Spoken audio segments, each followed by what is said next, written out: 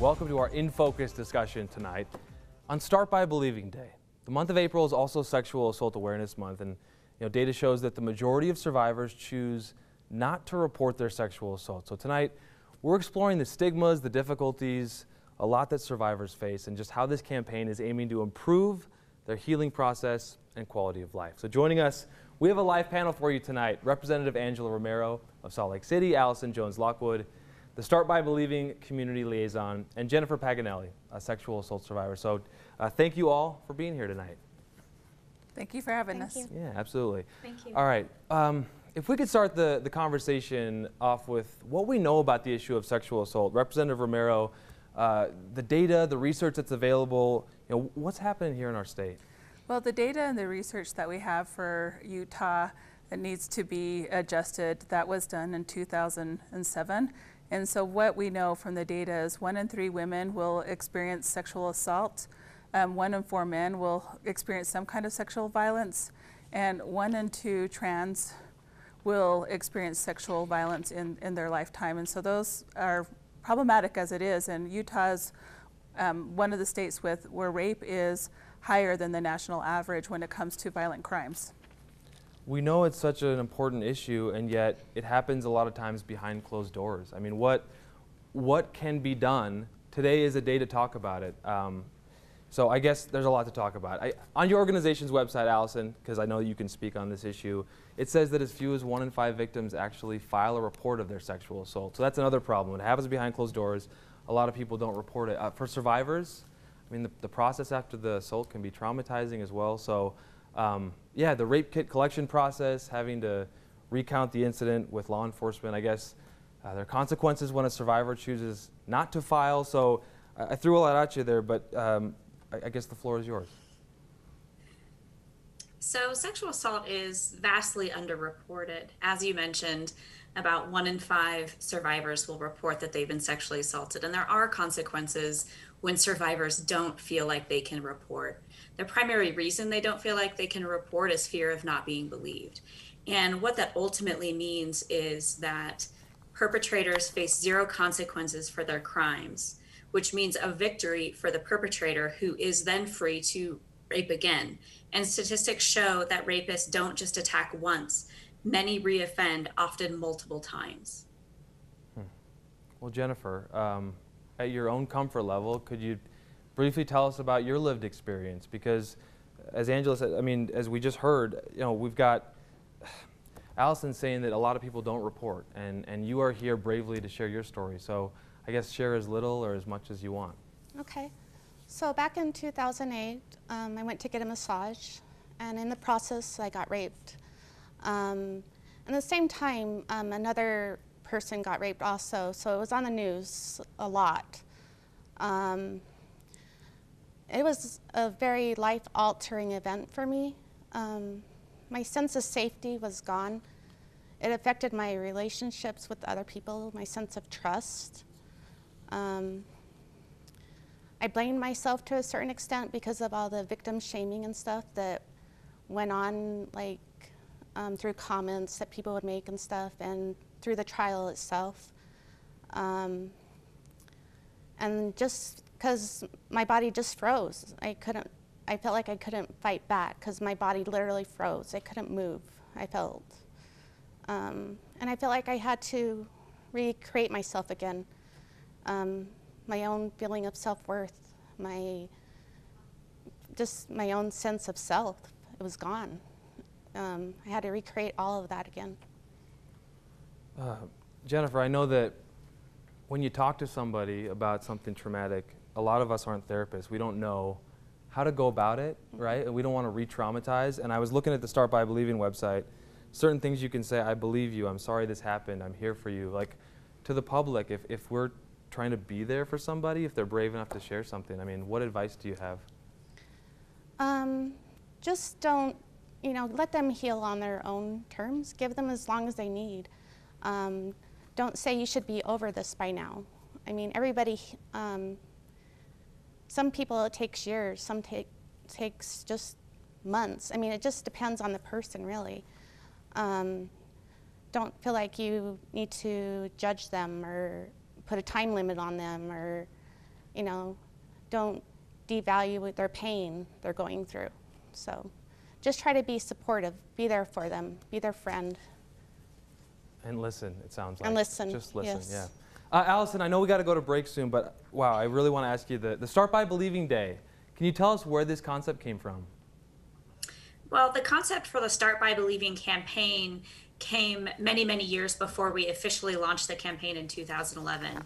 Our CEO, Joanne Archambault, was a detective in the child abuse unit at San Diego Police Department, and she was shocked to find out that children who were reporting sexual abuse were not being believed, primarily by their mothers. And then she transferred to the sex crimes unit where she was a sergeant, and the problem became even more prevalent, where sexual assault survivors were reporting and the law enforcement officers investigating their cases did not believe the survivors. And so the idea originated 20 years before we launched the campaign. Start by Believing Day specifically started in Utah in 2015 when Representative Ramiro sponsored a resolution to create the first Start by Believing Day. And we built upon that momentum and her success and took it global in 2016.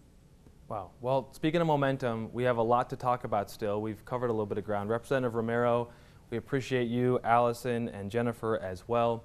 And we do want to speak with you again, and we do want everybody at home to continue listening. So we're going to certainly have more. When we return, we'll resume our In Focus discussion on this Start by Believing Day. Welcome back. Thank you for staying with us.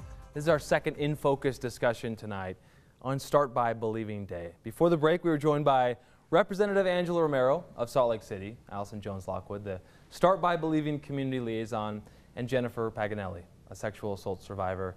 We're going to pick up right where we left off. So, Jennifer, I wonder, have you ever dealt with anyone who doubted your trauma, minimized what you went through?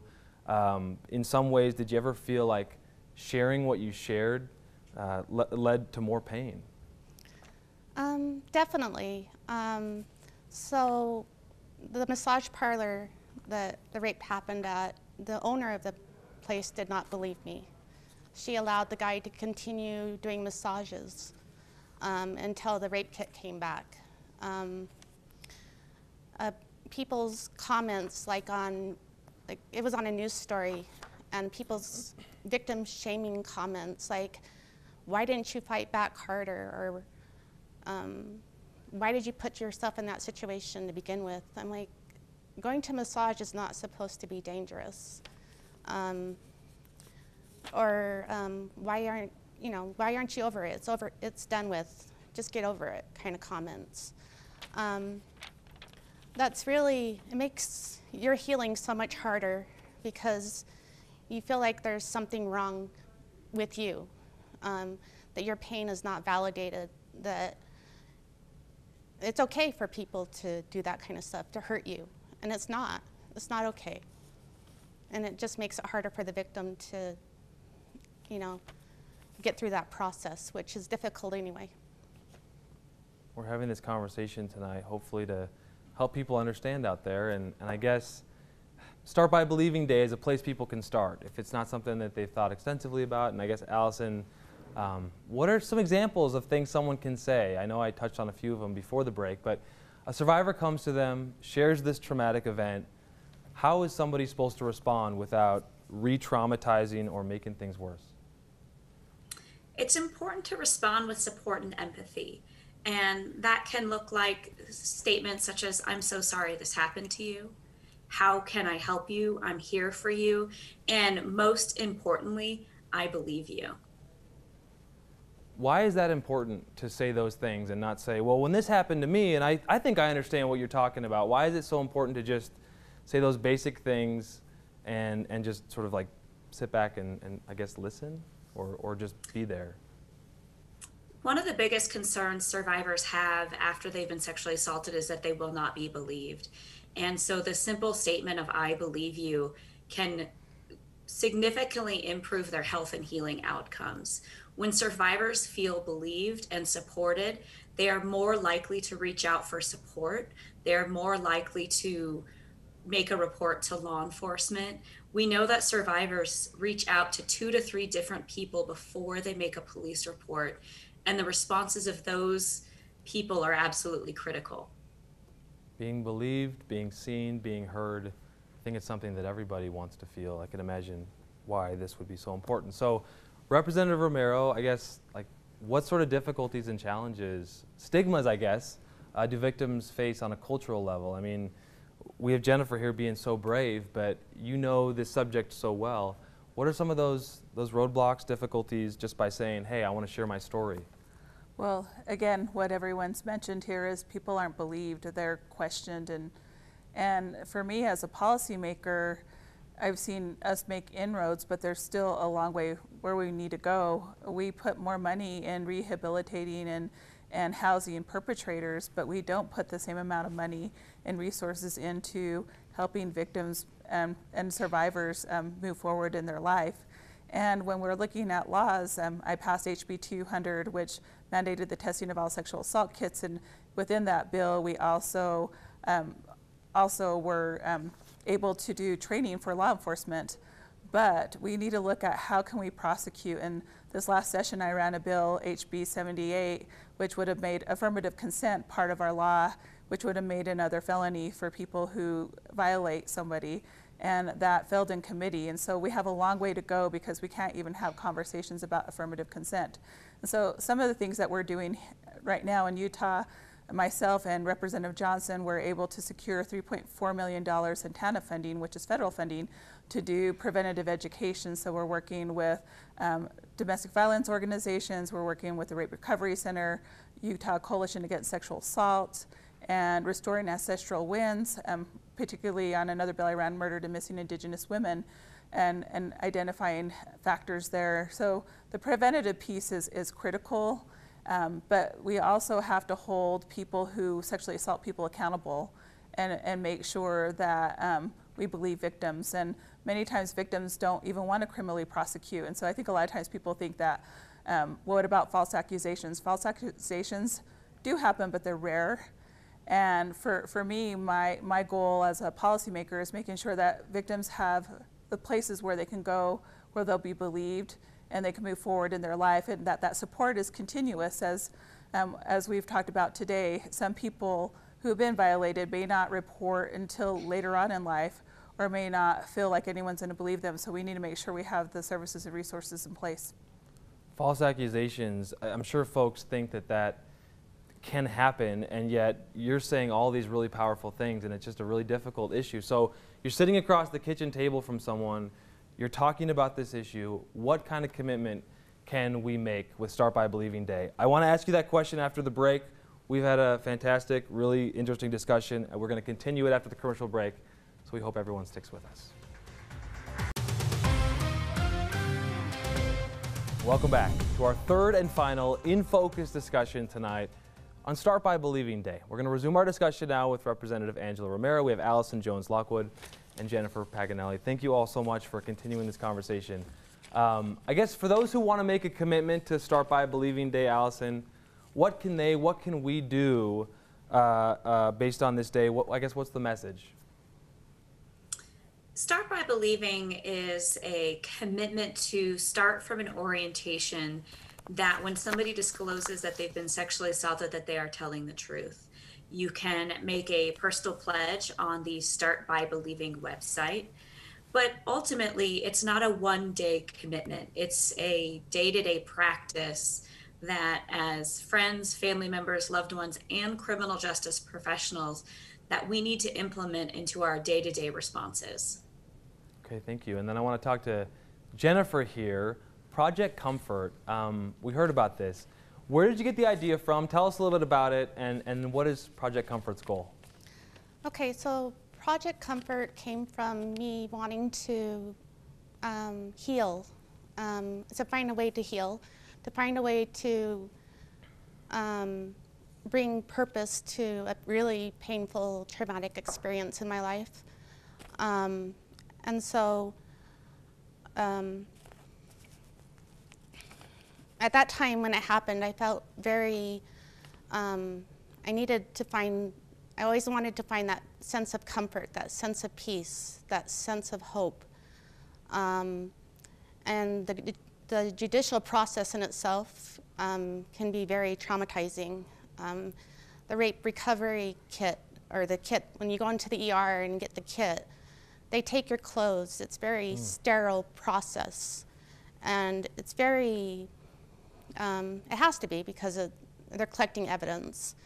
So what I decided that I wanted to do was to create a comfort kit that includes, and I brought one with me so I can just kind of show you. Absolutely.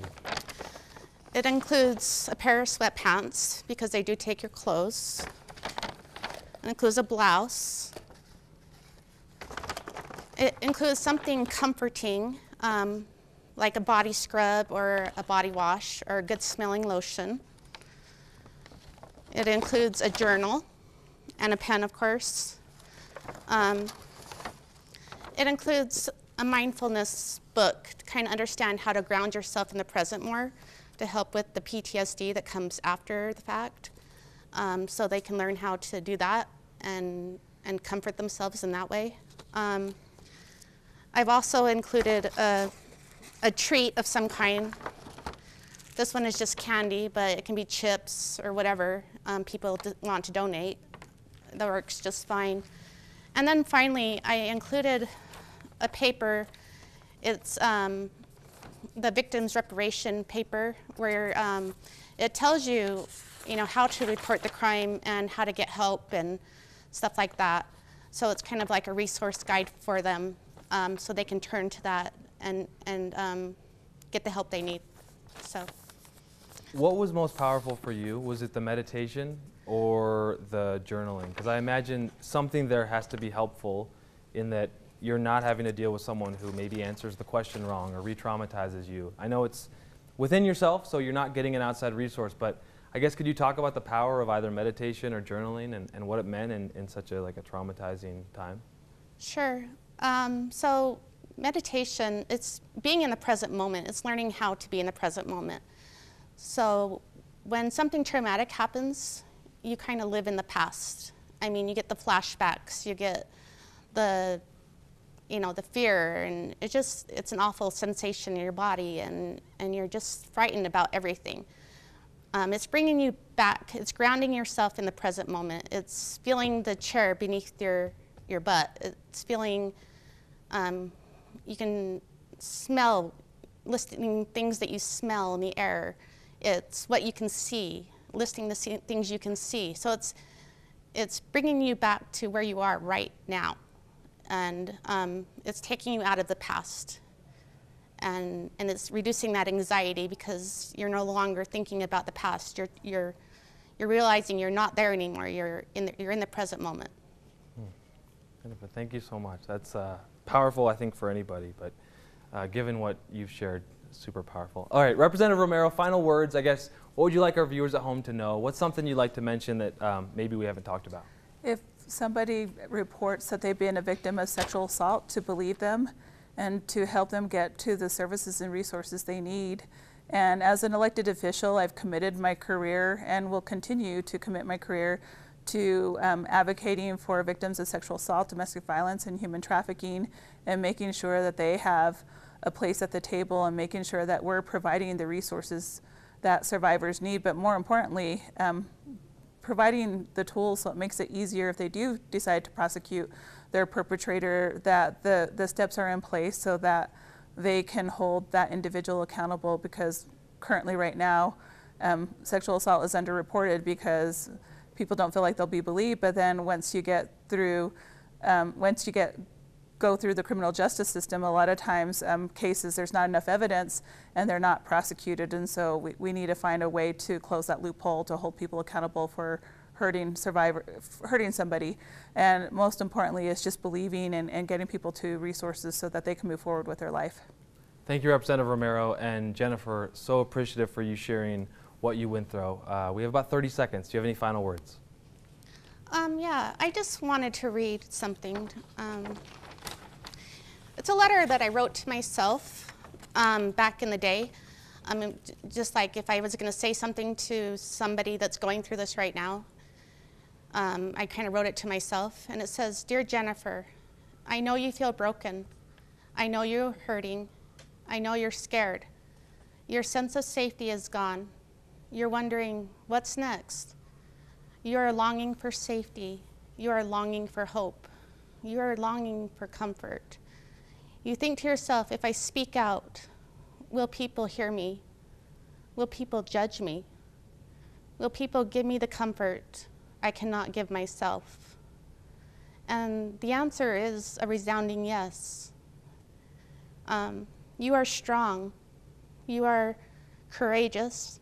You are whole. You are worthy of love, and you are a survivor. Don't let someone take your voice. Take your power back. Know people care, that there are people out there that understand what you're going through, and that you are loved, and that you matter. I just want all the silent victims out there to really hear that message and really consider, you know, finding your voice. I mean, don't let someone take that power away from you. It's not worth it. Powerful message. Thank you all for your discussion tonight. We'll be right back after the break.